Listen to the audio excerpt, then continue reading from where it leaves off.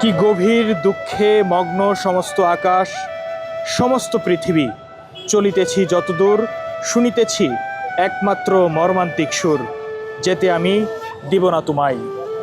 খালেদা জিয়ার শেষ অন্তিম যাত্রায় সামিল হতে সাধারণ মানুষ এভাবেই পায়ে হেঁটে অবিরাম ছুটে চলছেন মানিক মে এভিনিউ প্রাঙ্গণে। দর্শক, আপনাদেরকে একটু জানিয়ে রাখতে চাই, এই যে ছুটে চলা, এই যে সাধারণ মানুষের জনস্রোত, সেটি আপনারা নিশ্চয়ই দেখতে পাচ্ছেন। পায়ে হেঁটে দূর দূরান্ত থেকে, শুধু ঢাকা থেকেই নয়, বাংলাদেশের বিভিন্ন আনাচে কানাচে থেকে রাজনৈতিক, সামাজিক, সাংস্কৃতিক, ক্রীড়াঙ্গনের বিভিন্ন ব্যক্তিবর্গ, অর্থাৎ দলমত নির্বিশেষে সব শ্রেণী পেশার মানুষ আজকে পায়ে হেঁটে মানিক মে এভিনিউ প্রাঙ্গণে ছুটে যাচ্ছেন। সাধারণ মানুষের এই জনস্রোত আসলে কখন থামবে, কবে থামবে, সেটি কিন্তু আসলে বোঝার কোনো উপায় নেই। আপনাদেরকে একটু জানিয়ে রাখতে চাই যে এই মুহূর্তে আমরা যেমনটি জানতে পেরেছি যে মানিক মে এভিনিউ প্রাঙ্গণে ইতিমধ্যে লাখ লাখ জনতা কিন্তু আসলে এসে উপস্থিত হয়ে পড়েছেন। কানায় কানায় পূর্ণ হয়ে পড়েছে পুরো মানিক মে এভিনিউ প্রাঙ্গণ। এবং জাহাঙ্গীর গেট থেকে আমরা সরাসরি আপনাদেরকে দেখাচ্ছি এই যে চুল পড়া অনেক কমে গেছে। থ্যাংক ইউ মা। চুলের ভিটামিন জুই মাল্টিভিটামিন কোকোনাট অয়েল। জায়গাটা যেখান থেকে সাধারণ মানুষ কিন্তু আসলে এভাবেই ছুটে চলছেন।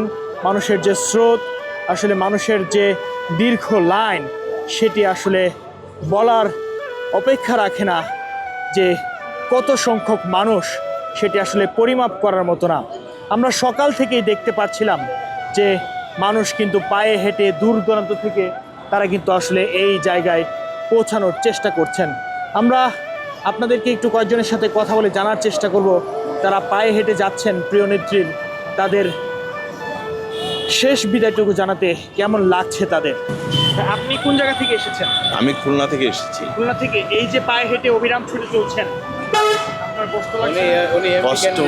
কষ্ট এটাকে কষ্ট না, মায়ের মৃত্যুর পরে মায়ের জানাজায় যাওয়ার জন্য এটাকে কষ্ট মনে হয়। আপনি কোথা থেকে? আমিও খুলনা থেকে আসছি, আমার ভাই। জি।